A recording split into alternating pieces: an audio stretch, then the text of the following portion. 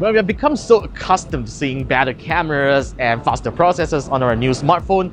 Vivo happened to surprise us this year with the announcement of the Apex concept smartphone in Mobile World Congress, which it eventually became the Vivo Nex, which we have it on our hand right here. It does look like a smartphone from the future with its gorgeous 6.59-inch display with no notch at all, and it even has a built-in fingerprint scanner on the screen. So, you have seen the review of the Oppo Find X. It's time to find out how its rival performed in our review.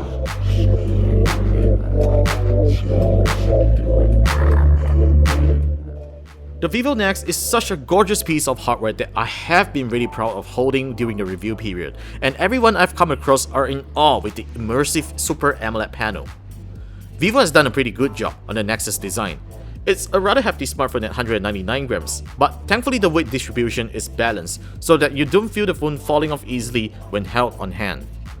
Like every smartphone with a glass back, the Nex does attract smudges and fingerprints after some time. While I do like its textured pattern design that reflects rainbow colors when exposed to light, I kept the phone protected with the robust rubberized case that came in the box, and it still looks very attractive. Compared to the Oppo Find X, the Nex is obviously an easier smartphone to build. While Vivo still has to omit certain things such as water resistance and storage expansion, the old school headphone jack remains on this futuristic device. And Vivo has even included a hi-fi chip and DAC that makes it the best smartphone for music I've ever come across. The output is powerful enough to drive my Sony MDR1000X headphones to reach optimal listening volume at 60%. The sound signature is bright with a wide soundstage, and the bass response is impressively powerful. The in-screen fingerprint scanner is interesting and innovative, but it can be rather frustrating as it fails to unlock properly most of the time, which I sometimes wish there is face unlock or a physical fingerprint scanner as a more reliable solution. But I'm not going to complain that since this is a first generation hardware. If you happen to look close enough, you will realize that the Nex doesn't have a physical earpiece as well, and Vivo uses a screen soundcasting technology to transmit voice call audio from the screen to the ears, which in other way you could call it bone conduction technology. It feels rather weird when you're experiencing it for the first time, but you'll get used to it and it sounds good with no audio leakage. Otherwise, the hardware internals of the Vivo Nex is flagship grade. A Snapdragon 845 supported by 8GB of RAM and 128GB of storage, and an impressive 4000 mAh battery that supports Vivo's proprietary dual charging engine.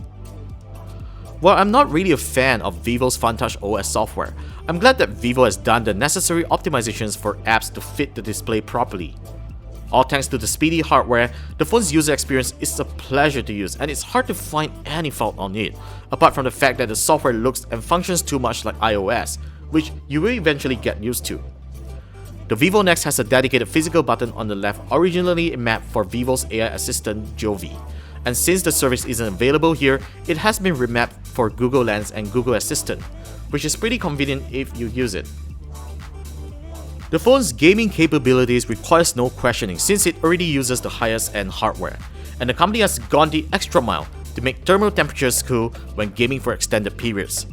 Games such as PUBG Mobile and Asphalt 9 looks gorgeous on the phone's display. The Vivo Nex sports a dual camera system that comprises of a 4-axis optically stabilized dual-pixel 12MP f1.8 sensor, supported by a secondary 5MP sensor that takes depth information. Imaging results are impressive in low light with minimal noise levels and great detail preservation.